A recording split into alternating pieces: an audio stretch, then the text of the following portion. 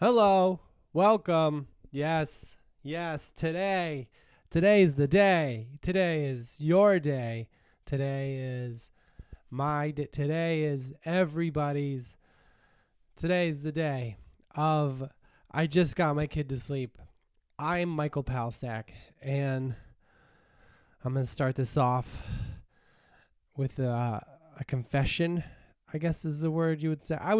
I'm Catholic, we went to confession. It was originally called reconciliation, which I like better than confession because you don't really know what the word means. And it seems a little more like magical. But and then you find out later, it means like everything's better now, right? We've reconciled. No more debt with that thing you did. Not to get off on a religious start. I know we all come from different places, maybe religious, non-religious, maybe very whatever. Anyway, I have a reconciliation to make. This podcast is called I Just Got My Kid to Sleep because the only rule that I have for myself, the only rule is that no matter what, the shark has to be in the background. No. My only rule is that I record it after I got my kid to sleep. And today is episode 9, season 1. And because of conditions beyond my control, like literally, I did everything I could do. But I didn't just get my kid to sleep. He's asleep. But I'm not the one that did it. I was on an airplane when he got to sleep, and I had nothing to do with it. I was supposed to get in earlier, but my flight got delayed because of wind. Has that ever happened to anybody before? The people listening, wind? Let me tell you, the people in your life aren't too excited when it's a wind thing, Like, I feel like if you get delayed because of snow or like hurricane winds or like or really bad rain, people are like, yeah. But wind, you're like, well, even me, I'm like, well, that's what the plane rides on. Just go like this, don't go into the wind. Go like ride it up. Like those airplanes you have when you're a kid and you go, whoosh, whoosh, But yeah, there was a lot of wind, and I had to make a call early in the morning. I found out the night before it was going to be a little delayed, but then I woke up and I found it was like 3 or 4 hours, and I wouldn't have made my layover. So I just ended up flying to Chicago and then back to California, which if you're tracking Michael, I was over here. This is South Dakota for me. I think it's for you. Is this west? Is this let's see. Maybe it's over here. And then I flew all the way to Chicago and then flew all the way back to California. It's way over there. And yeah, so I did not get my kid. I hope you still listen. But if you don't, because that was the reason you tuned in, let me assure you, I did not have the emotional connection with my son when putting him to sleep. Because that's one of the reasons why I wanted to record after putting my kid to sleep, because there's this emotional, like when you see his eyes, maybe it doesn't happen with all the kids, but like when you see the eyes like start to flutter, like they go, and you think he's just blinking, but then he like blinks a little bit longer, and it's like, I think it's gonna happen, but then you can't move a muscle, and then you don't move a muscle. And then you move a muscle, and he's like, and you're like, oh, nope. I'm back to, and then he finally falls asleep. There's just like this thing where it's like, wow, my life is mine again. Not that when you have a kid, your life is not yours, and they step on all your hopes and dreams, and you can't ever be the person that you want to be. I'm not saying that. If you're saying that, that's what you're saying. I might come off like that. I think that the main thing you have to remember when you're a parent, which I realize we're bouncing around a little bit, but that's kind of if you're listening to the podcast for the first time and you're thinking like there's like a streamlined, direct way to something, maybe that'll be next week. But it hasn't been so far because it's called I Just Got My Kid to Sleep. And if you don't have kids, when you finish that, you're not like the sharpest. So you just kind of, we go where we go. Anyway, what was I talking about? You get your kid to sleep, and they're asleep. Oh, and you get your life. I'm not saying that when you have a kid, you don't have a life. I mean, you don't, but like, that's your own. But like, you get a new thing where they get whatever, they need first. And then I was thinking about that though recently. Like, when you fly, they tell you on the plane that they come around if you're flying with a child, and they tell you, and I don't think I've talked about this before. I don't think I have.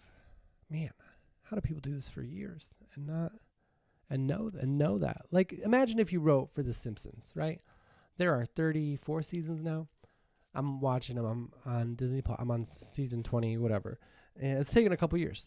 But imagine if you're writing for that. Like, there has to be someone's job to just be like, type something into a document and it searches to see if they've said that line before. Because I haven't seen any repeats that weren't on purpose. And that's very impressive. I've seen more comedy in the world that The Simpsons did first, but I thought someone else did first. And it just, I'm not saying anybody stole from The Simpsons, but I'm just saying like, well, that's a South Park episode.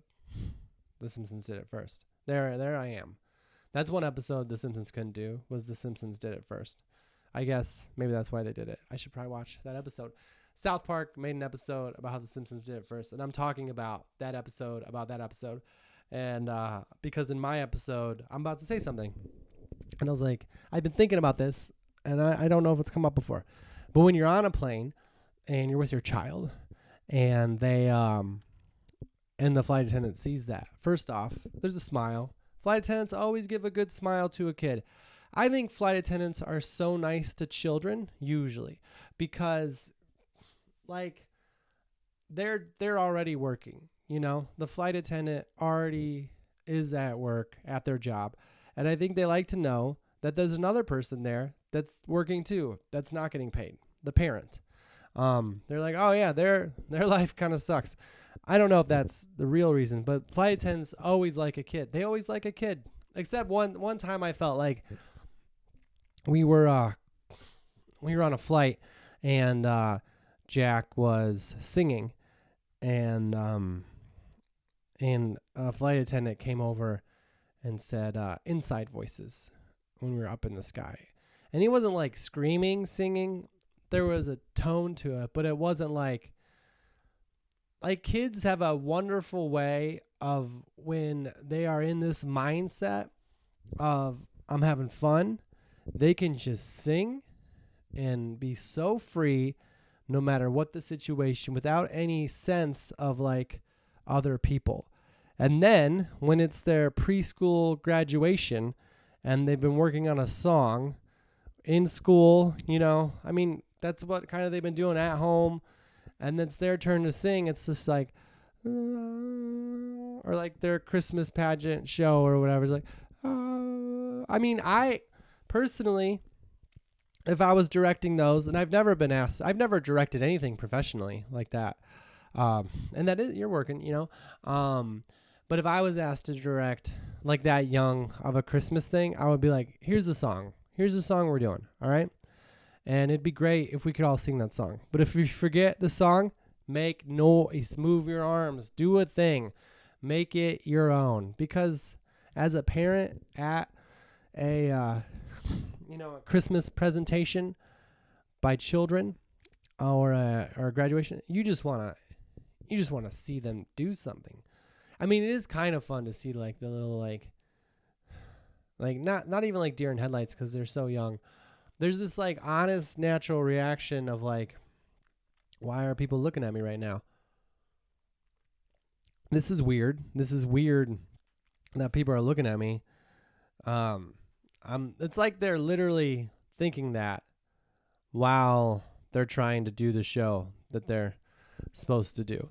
And I love the simplicity of that. I love that because like they don't really know what that is, what they're supposed to be doing or what they're doing, I feel like. And then all of a sudden people are like looking at them and they're like, well, why are they at school? Why are they looking at me right now? Rudolph the red-nosed reindeer.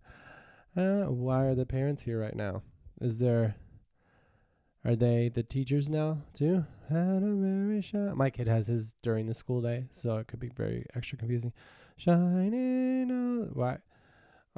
Did I do something bad? Is that why all the parents are here? And then one parent just yelled out at the last Christmas one. I think it was the grandpa. No, I think it was the parent. The parent was like, "Speak up for grandpa," which I have a personal thing with. Like if you've done that and I get it. You want the grandparents to have a good time, but I mean the kids are 3 or whatever, or 4, and this is their first public performance. They're literally their debut.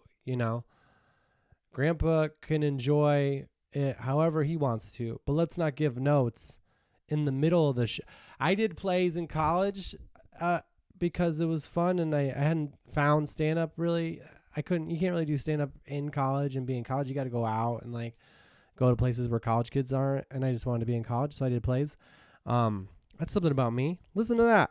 Something personal coming across about the podcast. When I started doing stand-up, we got a lot of ways back to whatever this original thing was. I feel like we went this way and then this way. And then if you're just listening, I'm moving my arm in weird ways.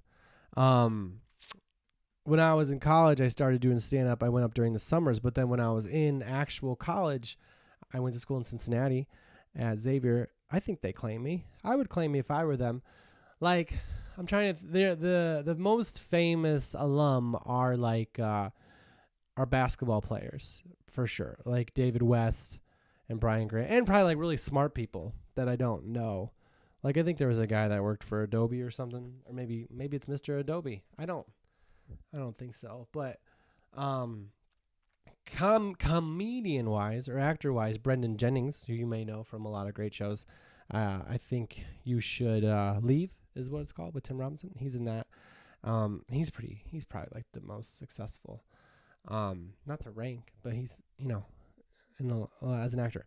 Anyways, I went to college there, and in order to do stand up, there wasn't a stand up club or anything, so you had to do comedy club at the one in the city, and there was a Funny Bone that I did one time, which was fun, and but it was kind of far away from campus. And there's one that was a little closer, but you had to get 5 friends to come with you, and I feel like some people's personality when they start out doing stand up is I want everybody to know.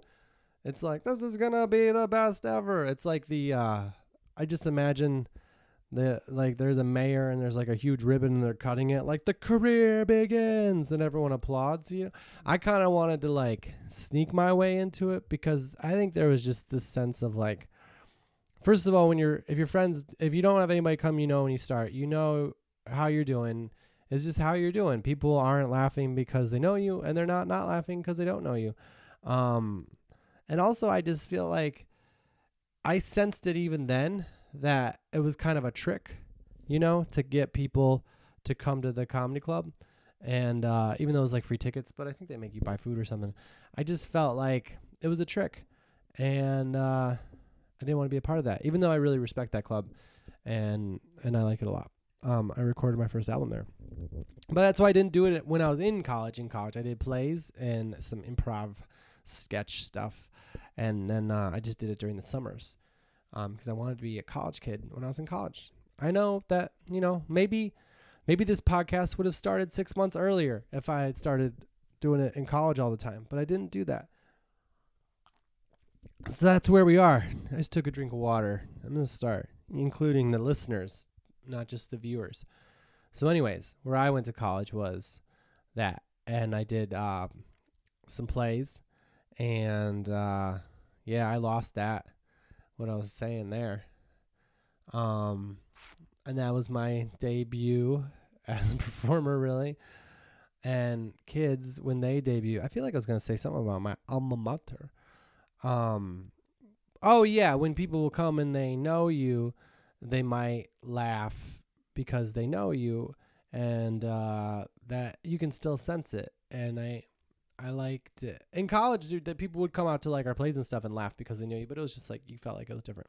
Anyway, when a kid is performing for their first time, ever, I don't think they need...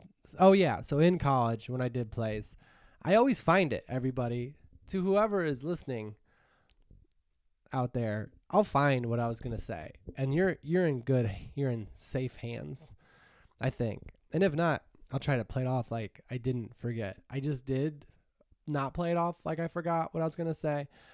Like, I feel like I'm getting a little too vague even for me right now. And I know what's in my brain and what is coming out of my mouth. I can't imagine how the people are doing who are listening. I had a comment on YouTube on the last one that was like, it was very nice. It was saying how he listened to the whole thing. I mean, if you read it, it wouldn't sound nice. But, like, if you looked at what he really said, it was really nice. It said that he listened to it like at double speed because it was like stream of consciousness.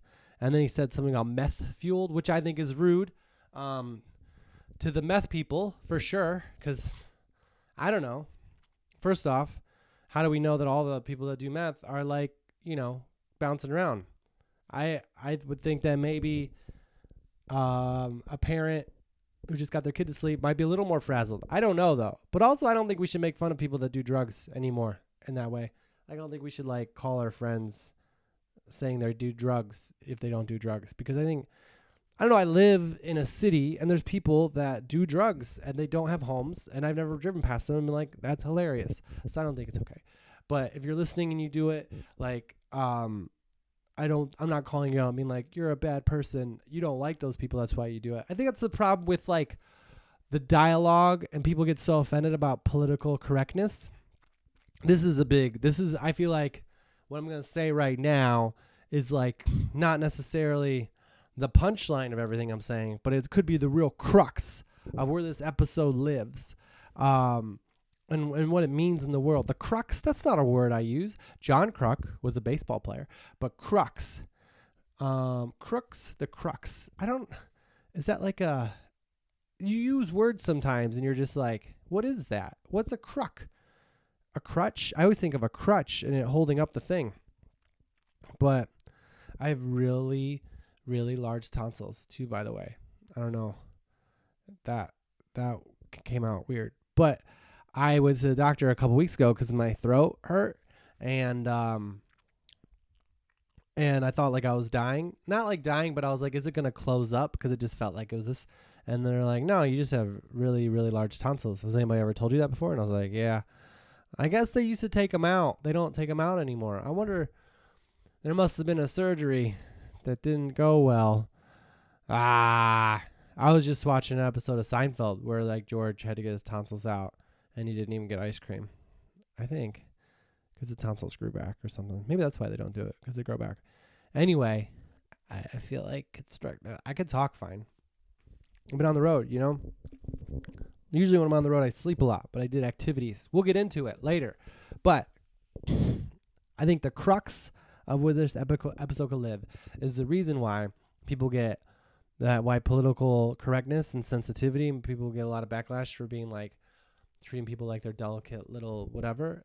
I think they use the word snowflake, but I don't think that's nice to snowflakes or people. Snowflakes are kind of tough. They're so cold. You're like, whoa, I got to put gloves on because the snowflake touched me. If like a tough guy touches me, it's not. Yeah, that sounds weird. I think the reason it doesn't work is because people take such offense because they've been doing a thing for so long without real hate in their heart, but kind of because everybody else was doing it, like saying certain words. Like they didn't mean that they hated those people, but they were just saying it. And maybe I'm giving people too much credit. I could be giving people too much credit, but I think that people feel like, oh, well, and instead of being like, well, yeah, Michael, I shouldn't call my friend a crackhead because he, forgot his keys or whatever. I don't know. That's not really a thing. But I think people might be like, oh, I've been doing that. So I'm going to, instead of being like, thank you for bringing that to my attention, I could work on that. They just get so defensive. Not everybody. A lot of people don't. Like I remember I was talking to one of my parents and I was just saying how a certain thing, you can't say that. And I explained why. And they're like, thank you. And I think that's where we all could live, is like this place of like, yeah, no, I don't know everything. Thank you for telling me and allowing me to, keep my job in the future. Not that being sensitive with how we speak should be about keeping our job. Man. Anyway, one person on the internet said that my stream of consciousness sounded like it was meth fueled, and I was like, I don't think that's fair. But well, it is fair that it's all over the place. But and I get like it was my first like comment that was by someone who probably hadn't been listening. You know, I think we're reaching people who aren't already like into it. You know, and that's a good sign when you get kind of negative stuff, or that's one way to look at it. If you get like a negative comment or a feedback, it's like, wow, this thing has gotten so big, and it's not big at all, that someone watched it who wasn't already like into it, and they had like a thing to say. And also he listened to it on doubles. That means he like listened to the whole thing, which I went back and watched the last episode, and I realized my sound was way off from when the episode cut off. So if you made it that far, I appreciate it. If you're still listening right now, I appreciate it. So in college, I was in a play, and my acting teacher, it was named Steven Skiles. And you don't call people doctor or professor when they're your acting teacher, because, well, I don't think they're doctors. But can you get a doctor in theater, like a doctor in acting? Man, I wonder if anybody has a doctor. And there's masters, but you don't call anybody master. That would be a problem. Who's your teacher? Oh, it's yeah. So Steven Skiles is great, and he never gave notes after the first show, because that's not what it's about. I think that's why. I should ask him. I owe him a Facebook message. I got a couple people in my brain. If you're out there and you feel like I owe you something, I do, and hopefully you're in my brain. If you're not, I still care about you, and my brain, I blame my brain. But I owe him a message. He's a very nice guy, but he never gave notes after the first show, and I think that's where this is coming from. When a child is performing at age 3 or 4 and that Christmas presentation during the day for family, and it's the first time ever being a part of a show like that, I don't think that's the time to be like, speak up for grandpa. You know, we don't give notes in the show, let alone like we don't give notes the day of the show, after the show, let alone in the show. Like, who are you? Who are you, sir? Who are you? You know, maybe get there earlier, set up a recording device, and record your kid doing whatever they do, so your grandpa can hear it later. I think I'm going to remember that. If I ever get to be a grandpa, no pressure to my child or possible future children, but if I ever get to be a grandpa, I'll probably be really old, you know, and I might not be able to hear it. I think I think that's the thing. I think, and I do this too, as a parent. Wow. We're just getting to it, aren't we? As a parent, I definitely, and this is something that I could work on. This is a segment called Things I Could Work On. First off, be nice to the people that comment. I appreciate them, even if they're not saying nice things. But secondly, the second thing I could work on, probably more important, is that when I'm with my son, because I'm with him all the time, and he's my kid, and we have a really good relationship. So I get love, unconditional. Like, he wants to be around me or his mom. Like, we have this connection. I don't have to. I think if I did something drastic, he might like get angry, but he would still like. That's what is weird about kids. It's not weird about kids. It's weird about my perception of kids. Is that when kids scream and cry when they're little, I don't know about older. Listen, if you have teenagers out there, I don't know that. I don't know that style yet. But when it comes to like little kids, when they scream and cry, it sounds like they think that you don't love them anymore. Because as a parent, maybe it's as a man too. I wasn't really allowed to cry growing up. No, yeah, that's a whole nother episode. That's like a turn we're not gonna take. I haven't cried in like that. Like, I don't know. And so when a child is screaming because you don't let them do a thing they want to do, as a parent, it feels like, wow, there's a wall going up that's not going to come down for the rest of his life. If he's that angry, how is he going to, but then it does in a second. Like, I remember telling him like he wanted to get something somewhere. He was very upset about something we wanted to do at night. The specifics aren't important, you know. It's pretty much the same um, thing, same pattern every time. It leads to a meltdown. Like he's probably tired or he's hungry, but also not. He's very clear about that. Sometimes he's like, I'm not tired sad, angry sad, which is like, look at that kid. Who knew you could express yourself so well? He will usually it's something, I don't know, it might not be anything at all, but then like I don't meet his expectation of what's supposed to happen, which is not something I'm going to change, unless he has a good point, which I don't know. We talked about that before, so I don't know what I'm doing either, but I can't tell him that all the time. I think I can tell him sometimes I don't know what I'm doing. I'm just sort of, feeling it out, but I don't think it's probably good if he always knows that. One thing I did try to tell him is that if he asks for like, say he already had like a cookie earlier in the day and he wanted another one before dinner, and I was like, no, we're not gonna do that. But we had done it before. But in my mind, I knew like for lunch he had something healthy, so I was like, whatever we get out of dinner is fine. He might not remember that, like he doesn't know what's going on in my brain, and he just gets very angry.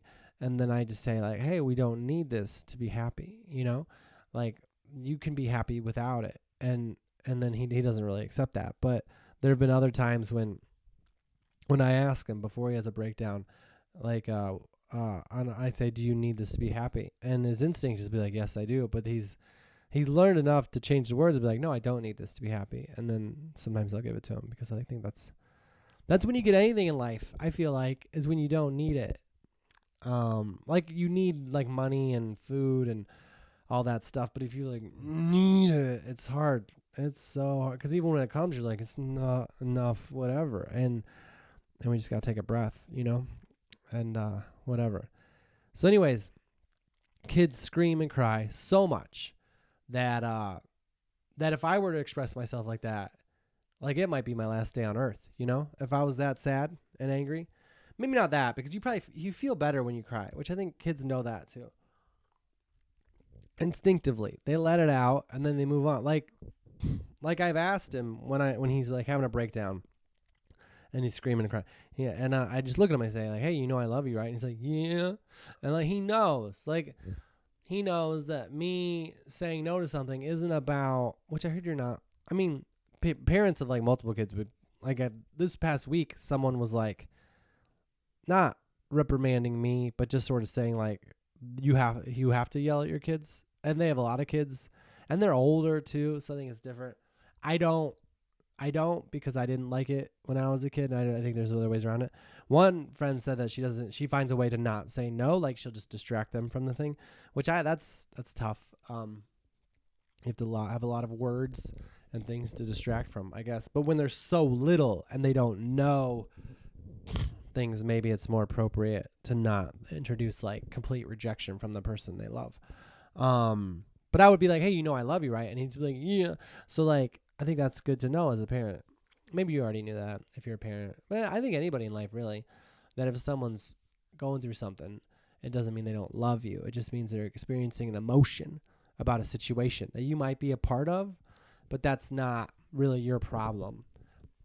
Like the specific thing, which I don't think I've talked about before, which we've really lost our way from the very beginning, but maybe we'll make it back. Maybe we won't. Maybe I'll listen back and we'll catch up next week from where we were and where we wanted to go. But I think it's moving along just fine. And if you're listening and you think it's meth-induced, I'll take drug tests and you can check them. I'll show them are they COVID tests, and you can see this is all natural. I did have some dark chocolate, which it doesn't seem to affect me anymore.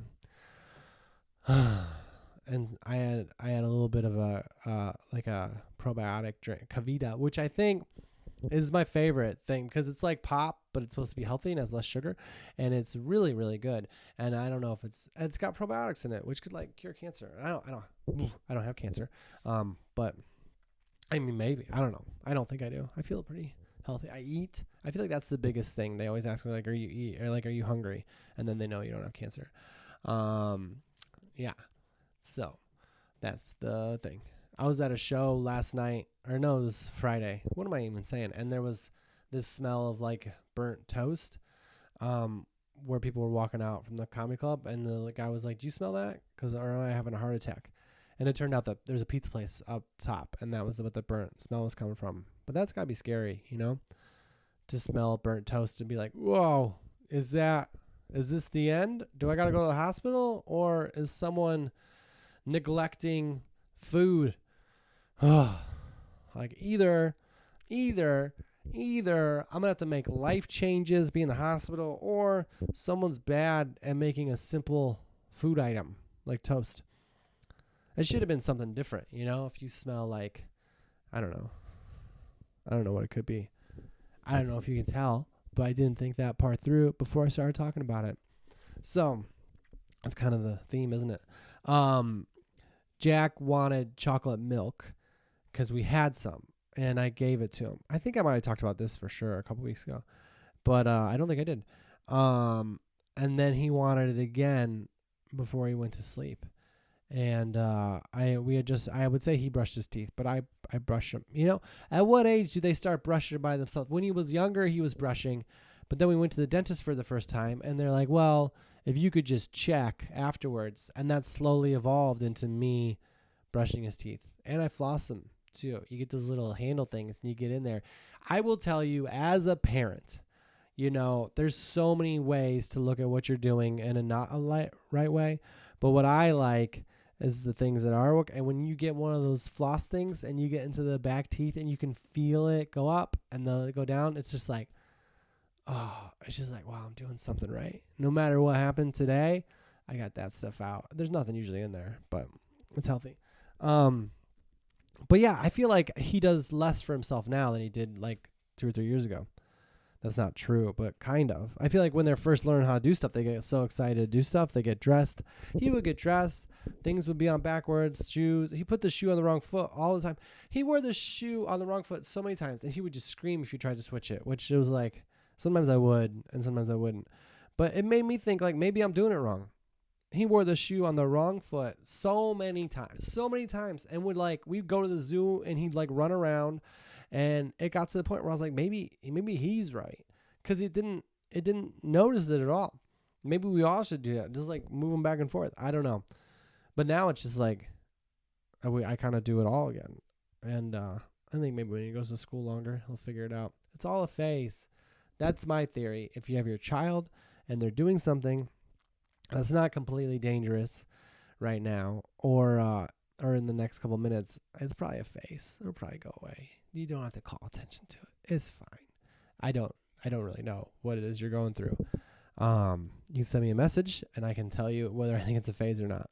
My friend has kids, and there's an older kid in their family that's not it's like a cousin, and he was saying that he didn't like how the older cousin was so obsessed with winning and being the best, and he didn't like how it was affecting his daughter. And I was just like, well, I think that's a phase, and then Jack's like that too. I think boys are kind of like that. He just wants to win and wants to be the best. And I talked to him about it, and he understands, about enjoying competition, and it's not about that all the time.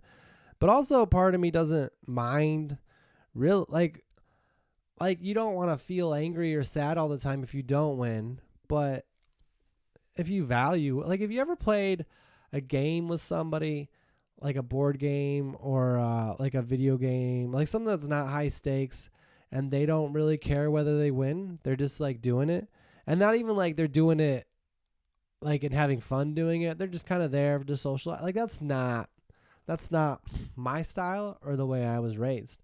You play and it's fun, but you play to win.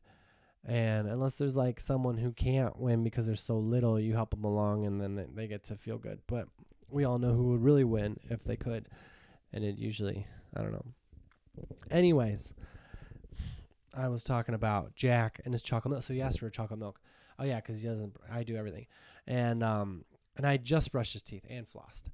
And I don't know if flossing really affects by chocolate milk, but I would definitely brush his teeth after he drank chocolate milk. I brush his teeth after normal milk. And I know some parents are they give their kid milk to go to bed. That's fine. You do your thing, you got whatever. But I want to brush. So he's sitting in his bed. And he's like, I want chocolate milk. I'm like, and we had just brushed his teeth. And I was laying there. I was super tired because I was just getting ready to go to sleep too, until I woke up again and had a great life once he fell asleep. And I was like, I don't think we're going to do that because I just brushed your teeth. He was so angry. and he was so sad.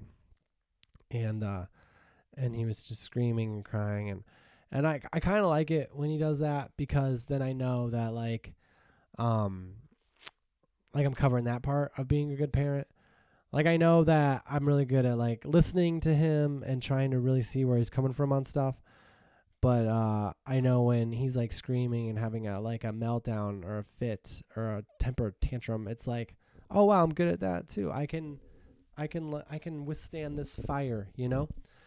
So he was just really angry and he was screaming, and then I finally got him to like lay down, and I was just like, hey buddy, why did you want, like, are you hungry? Is that why you wanted chocolate milk? And he was like, I wanted it because it was sweet. And then he started laughing, because it's kind of like, he kind of knew that it wasn't a thing that I would give him or that he would like have, because it's not like he didn't have something. He just had a glass earlier, and he would laugh, and I was just like, really, that's what you're doing? And then he would start crying, and he's like, I want it again. And then he would laugh, and he would cry. He went back and forth, and it didn't seem insane because he was a kid, like a child, but it was kind of insane, and it was super fun, especially as a comedian. That's what I am. If you don't know, from my I just got my kid to sleep podcast, I am a comedian, and I value laughter a lot. I've been criticized for that in relationships, for making jokes when people are sad, and it's never like a mean or insensitive joke. It's just like I think it's my job sometimes to make the situation a little lighter, and maybe people aren't always looking for that, and then I get to be the one that gets the wrath of that situation. But in this situation, I think it was good because he likes laughing, and I'd be like, you really? Because that's one of our jokes. He when he was like 2 or 3, he would the doctor told us, she was like, you can have juice, but like you can put water in it, that's good, and just don't do a lot of juice, because they should really drink more water. And especially when they're little, because there's so much like sugar in it, and just eat fruit, don't drink it. So I would give him a juice, and then he'd want another juice before bed, and I'd say, what do you think this is, a party house? We're doing juicy juice all night long? And he would laugh a little bit and get distracted, and then he would start crying again, and he'd want more juice. I'd be like, no, what do you think? We're thinking doing juicy juice all night long? And now I'm just sort of reliving my own memories. I don't know how interesting that is. But I think that's what the joke was. And I really like that he can experience such direct crying and sadness, and then in a second be like, well, that's funny. Also, I feel like it maybe made me feel like a good comedian, because I was like, I can make him laugh after being so sad. But then he's crying again, and then he's laughing again. So maybe, I don't know. What do the books say about that? Doctors, children books, not children's books. That would be weird if there was children's books about being a parent, for like a parent to read to their kid before they go to bed, but just so the parents read something like, hey, make sure your kid gets 12 hours of sleep between this age and this age. Wow, Bobby got... Anyway, he's screaming, he's crying, he's laughing, he's fine, he's screaming, he's crying. And I think that's what is good to remember as an adult. Like, if they're screaming and crying, that's just them probably living in a more healthy way than you could ever process emotion, because it's very raw or whatever. That's one thing I like, especially too, after like he really like screams and cries, like if it's not going to sleep right away, like he seems to like be brought back down to size. No, like he really learned his lesson. No, it's more like he's like a person. He's not driven by this thing that he wants anymore, because he knows he can't have it in that moment. So he's just like, well, I've come to terms with this, and so like there's just this calmness to not have this thing you want all the time. That, I think, is the biggest challenge of having a child that's like not really a toddler, not really a little big kid or whatever. Like 5, 4 is like the age where they know things that they want, and they know kind of that they can get them sometimes. Maybe if you're like a really good parent, you never give your kid sugar or anything. But they know like sometimes they get it, sometimes they don't. And so they can become like sort of focused on it. Or like if you buy them a thing in a store one time, they're like, oh, we go in the store, we can get this thing. And when they finally have a meltdown and they don't get it, that sort of like thing goes away for a little while. And they don't have that part of their brain that's like, I'm only going to be happy if I get this thing. And I think that's like, I feel like the best way to live ever is like, if we could take that and put it in our own brains of like, whatever is the thing that you worry about, if you can just take it out and just admit to yourself that you're not going to get it right now this second, then you can go back to living life. And unless it's like a thing you really need, like food or shelter, you should probably get that. But yeah. So don't give notes to your kids during the performance. And yeah, I don't remember where we were before that. I know I didn't get him to sleep because my flight got delayed. And yeah, and now I'm here. So how's everybody? One thing I really liked about being a dad, I had remembered it last week was, I think it was last week, we went to this like trampoline playground thing, and which I struggle with because I just want to play outside. I think it's healthier to play outside, but we live in an apartment in a big city, so whatever gets him active, I guess. But it was one of those days where he didn't nap, and he wasn't super like easy to going, like we had gone there before and he had a lot of fun no matter what we were doing, but he wanted to have the same thing happen that we did before, and there weren't a lot of kids there to play with, and that's what he had been able to do before. Like they weren't playing the games they were playing before, so he was struggling with that, and which is always a bummer. Like that's the one benefit if as a parent, if like, your kid wants to do something that's fun that costs money and you do it, there's always a chance they might hate it. They might, something about it might not be the thing that you thought they wanted. There might be something in this thing that's not what they want, and you don't know that, and then you also paid money for it. So, but anyway, he got a slushy because I knew he was sad. And he loves slushies so much, and I felt like it was gonna be. And the thing that I thought was really cool was I think we ate it in the car as we were in the parking lot, and he was eating it in the car. And the slushy, if you've never had a slushy before, it's like a colored thing with if food dye were a good thing, then you'd want a slushy. Which I've heard that is not a good thing, but only like the 40-year-old version of red dye, not the movie 40-year-old virgin. I heard red dye 40 is bad. And I don't know exactly. Like, they don't tell you when you buy slushies. They're not like, hey, by the way, this has the good reds dye in it. The reds dye. And he likes blue anyways. So it's like, yeah, I'm sure that's just natural blueberry flavors from blueberries. Probably not. It's pretty bright. I've never seen that naturally. Blue color. I don't see blue a lot in the world anyways, naturally. When it comes to food we eat, you got blueberries. And that's probably the closest. What do you think? Is there anything closer than a blueberry? Like blackberries are like darker black, some might say. Man, where do they think of these names? And then where else? Where else would you see blue things? Frosting on a cake? Man, we had some blue frosting in our fridge because I don't know. Sometimes Jack just buys stuff when I'm not in the house. No, we were at a grocery store and he wanted it for something, but I kind of hid it. And I had like a sugar cookie though. That would go well with that frosting, and I just had it like last week, and I still think of it. When I was a kid, there was a grocery store called Clark's, and I'll get back to the other thing. I swear, and thank you for listening. Clark's, and my friend Ian, his dad was Mr. Clark, and they owned Clark's. It was a grocery store that was locally owned by a family that lived there. Like, how cool is that?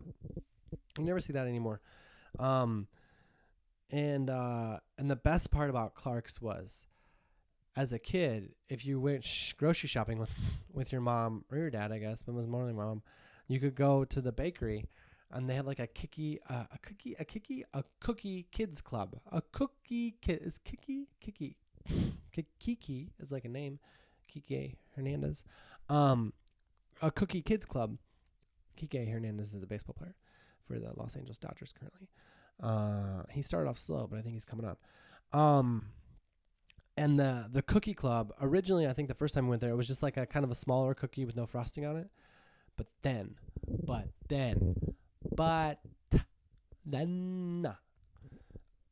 everything changed. They had these smiley face cookies. These smiley face cookies with frosting on them, a red smile, blue eyes, and just like frosting on his face. And I still think of that to this day, that taste. Like, I don't know what was in the cookie dough or the frosting, but the frosting, sometimes you get frosting on cookies and it's like hard, and it's like, what are we doing here? You know? I don't care how awesome it looks. I want it to be a good taste. And sometimes you get it and it's like, oh, like this is something I could have done on a Christmas cookie. But this was like, it was on there. The cookie was soft, not too soft. The frosting was so delicious. I remember eating the eye, because the eye was like blue frosting on top of white frosting. When you don't want too much frosting when it comes to a sugar cookie, but it was like the perfect amount. And I still remember biting into that eye, which is a weird sentence to say as a kid, but I still remember that, and I loved it. That's the other thing I don't worry about as much. I feel like we're more sensitive to what our kids eat than our parents were, which is good because it's good to be healthy or whatever. But also, we survived. So at least I did. I think it's like my family. I don't know. It's probably like genes, but we were also really active and played outside all the time. So that's helpful. I think it's a lifestyle choice. Anyways, Jack has a slushy and he's eating it. And the slushy, if you're not familiar, is a blue one. And he just loves it, which I never really got slushies. I like ice cream. If you give me something cold, give me ice cream. I was never into slushies. That's just who I am. I'm not a slushy guy. And I'll have some of his because he wants to share something that's so good. Sometimes he'll tell me to get it too, which is nice, you know. But I realize I don't have to do that as the parent. Like, if he wants a thing, I don't have to get it too. He can just have it. And I can eat some of his or whatever. But it's a slush, and there's a straw where you can like suck it. But then he realized, which is the best part. This isn't why I live to be a parent, but this makes parenting pretty cool. But he was like kind of just eating the slushy and then trying to suck it. And then he pulled out the red straw. And on the bottom, there's a little tiny spoon. And he pulled it out. He pulled out the spoon, the red straw with the red spoon. And it's all one thing. And it's a tiny spoon. And he said, I swear, I heard him say, what? Like I got to see him discover that the slushy straw has a spoon on the end of it for the first, maybe I'll forget it, but I don't want to. Like, that's what is so cool about being a parent, other than like the love or whatever. But like, you get to see someone discover a thing for the very first and be so pleased. He was just like, it was like he pulled it out. He was just like, can you, like, me, like, if you were to pretend to do it, you wouldn't believe, but like to see someone do that for real, to pull it out and be like, what? Like, he said it, like he didn't know. And we forget what our kids don't know all the time, but it was just like, whoever invented that straw, spoon straw, your work, my finger's on the screen, your work is still being appreciated to this day. And by the people who just discover it for the first time, it's probably being appreciated just as much as it was the day you invented it. And on behalf of those children or adults maybe who discover it for the first time, we would all like to say thank you. Because that moment of seeing a 5-year-old child in the back seat of a car who didn't get a nap that day, and it's not my fault. He didn't sleep at school. We got to stay on a schedule. We went to the place to run around and play. He wasn't having the best day. He got the slushy. He pulled out the straw, realized there was a spoon, and said, what? Like, in a real way. Like, can you, like, if I were to do that, it would be like, oh, that's a joke. But this kid was like, what? Like, what? Like, he said it so I could hear it, but it wasn't for me. It was the only way he could express the wonder of realizing that there could be a straw that also has a spoon on it. And it was beautiful. And that's what I love about being a parent, is seeing someone learn something. So taking something that we take for granted, that's just like this thing that can be an innocent thing, as like an amazing new thing. And that's what I love about it. And yeah, and that just reminded me of that. But anyway, my flight got delayed because of wind, and I didn't get my kid to sleep, but he's asleep. Thank you for listening, even though I broke my own rule. I'll do my best to never do it again. But there might be some times, life happens. Wind happens. How could they know? Like, we weren't going to be able to land in Denver because of wind, but planes took off from Denver. Maybe that's why. Maybe my thing earlier was right. Like, if you're taking off, you can just go, whoosh, But when you're landing, it's like, is that what it's like? I don't know. I think it's weird that, like, I was definitely going to miss my layover, and I had to go on the app and change my flight. They're like, do you want to change your flight? I'm like, what? No, I just want to fly to Denver for no reason and be stuck there, and then go talk to someone, and they'll be like, well, we can go on a flight tomorrow. Like, why wouldn't? Anyway, not complaining. I mean, that was kind of a complaint. But it was a great time here with everybody. I'm gonna go soon, because I gotta still unpack, or at least put stuff away. I just got my kid. No, my kid's already asleep. I just got my stuff. I just got in my house. I'm going to Chicago for a very short time. I'm going to a baseball game with my family, and then I'm going to Washington D.C. for the weekend, and then Baltimore. So, which will be great, because this past weekend I was in South Dakota and Montana, and in South Dakota I got to see Mount Rushmore. Like, I got to see George Washington and Abe Lincoln and Theodore Roosevelt and Thomas Jefferson. And it looks like there's room for another one up there.